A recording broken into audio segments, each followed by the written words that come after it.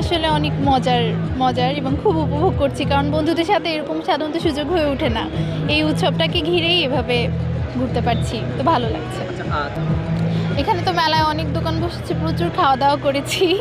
কেনার মধ্যে কিছু গহনা খেয়েছি। আচ্ছা, অনেক রকমের কেক খেয়ে ফেলছি সকাল থেকে এখন পর্যন্ত অনুষ্ঠান চলছে, এবং বিভিন্ন ধরনের গহনাগাটি কিনেছি যেগুলো আসলে সচরাচর পাওয়া যায় না। এই উৎসবটা অনেক রকম গহনার কালেকশন এখানে আছে। গহনার কথা বললেন, ভালো কত লাগছে। টাকাতে গহনা কিনলেন?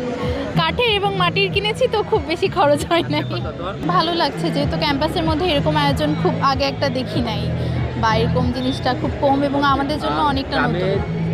ছোটকালে তো মেলার কথা মনে পড়লে আসলে বাবা মার কথাই মনে পড়ে, কারণ বাবা মা আচ্ছা ছোটকালে এরকম বেশি হতো যে মার সাথে বেশি থাকা হয়েছে, তো মা হাত ধরে মেলায় নিয়ে যেত এবং ভয় পেতাম একটা সময় এত মানুষ দেখে। পরে আস্তে আস্তে অভ্যস্ত হয়ে গেছি, এখন মাকে ছাড়াও আছি, যদিও ভালো লাগছে না, কিন্তু আসতে পারছি। কান্না করবো এই ভয়েই সে কখনো না করে নাই, মোস্ট অফ দ্য সময়ই কিনে দিয়েছে।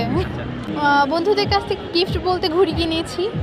বন্ধুরা অনেক রকমের, মানে সবাই মিলে এক এক রঙের ঘুড়ি পছন্দ করেছে, একজন আরেকজনেরটা নিয়েছি, উড়িয়েছি, খুব মজা লাগছে। আমি একটা ঘুড়ি কিনেছি কালো রঙের। আর বন্ধুদের কি দিয়েছে?